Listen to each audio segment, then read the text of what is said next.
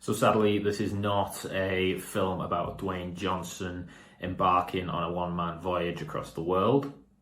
My name's Patrick Foley, and this is my review for The Rock in the Sea for UK Film Review. It is instead a short film about an Irish monk living on an isolated island off the coast of Ireland, who's left alone when his father figure, his mentor, Moerdak, who I hope I'm pronouncing that correctly, passes away. The monk, whose name's Colm, then has to find his place in the world despite challenging circumstances, isolation, despair, grief, and the ongoing threat of a Viking invasion. The film stars Jonathan French as Colm, who's fantastic in the lead role. He has to sort of carry the weight of the film's acting on his back, as much of the film is framed just around his character dealing with a lot of negative energy, a lot of grief and isolation and struggle. Much of the film is in complete silence, without any dialogue, and that demands a really, really impressive level of physical acting. His ability to demonstrate his struggle and his grief is really, really impressive. The film's set in the 9th century. There are sadly no modern Vikings looking to invade, although I feel like Erling Haaland probably could invade a small island if he decided to do so. The sense of isolation is similarly really, really impressive. The island itself is framed and shot beautifully by the director. A lot of scenes of just pure open ocean. It's interesting that the actual island of Ireland itself is never shown. It's just the small enclave that we see. And that really kind of distances the setting of the film as being in the middle of nowhere. It's under threat. There's no kind of allies or reassurance to be found from the environment. And that really sets an impressive tone for how Colm is feeling. And the silence of the film as well is a very deliberate choice by the director, which really demands a lot from Jonathan French as an actor, but he's more than up to the task of showing that Colm really doesn't have anybody there for him upon Moerdak's death, and is completely alone against the challenges he faces, both externally from the environment and from the potential Viking threat, and also mentally, internally as well, which is sort of like an unspoken issue that he's undergoing in the film. And similarly, Sean Derry as his father is also really, really impressive in a very different way. He's demanded to be a lot more kind of relaxed and content and sort of aware of his situation, even in the film's opening scene, as he's dying.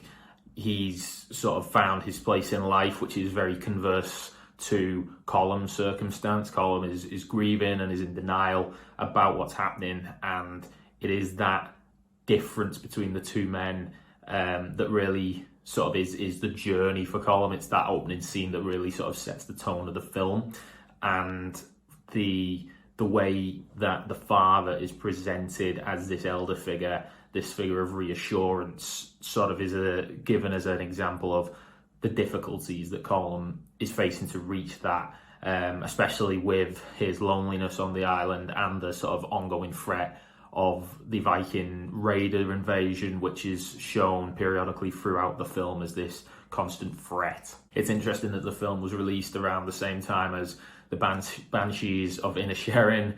The two films actually share quite a lot of similarities, both being set on an isolated island off the coast of Ireland, both kind of primarily being about two male figures, one younger, one older, both dealing with issues around grief and despair and isolation.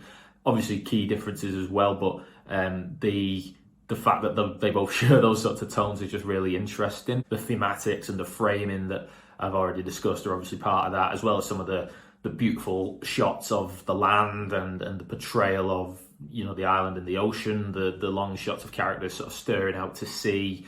It is really impressive, and how differently very similar shots can make you feel as well is a testament to the director's ability of how to frame certain scenes to capture the theme that he's looking for. Both films share that quality as well, and I was very impressed by how it's portrayed here in Rockin' the Sea. Banshees of Inisherin has been one of my favourite films of the year, and I don't say it lightly that I think this film compares very, very well to that, given the similarities that do exist. I don't think it's quite at that level of quality, because I thought Banshees was absolutely brilliant, but regardless, this is a film with a lot of qualities that it self-possesses and embraces. There are a few imperfections and sort of rougher edges.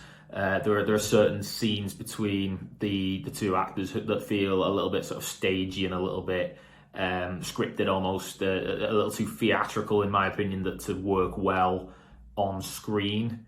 There's also certain scenes where the kind of film's authenticity becomes questioned, and just minor little issues like the set design can take you out of the film somewhat.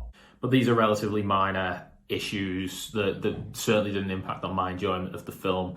I thought the way the story's presented, the themes, the filming, the emotional beats that it manages to capture with the audience were really, really impressive, and I would definitely recommend this film. I do think it's interesting that, as I say, two films that deal with almost quite morbid topics of death and despair and isolation, both set in a similar setting, albeit in very different time periods, were released around the same time, along with Banshees. But I've enjoyed both of them an awful lot, and although it doesn't sound especially enticing to spend time on misty, isolated islands, I would definitely recommend this film as well as Banshees, which is, as I say, very high praise as far as I'm concerned. But Rockin' the Sea, a shorter film with much, a lesser budget, lesser known talent, and matters like that, manages to front up really, really well to much more established films, and that should be a real compliment to it. I would definitely recommend watching this one.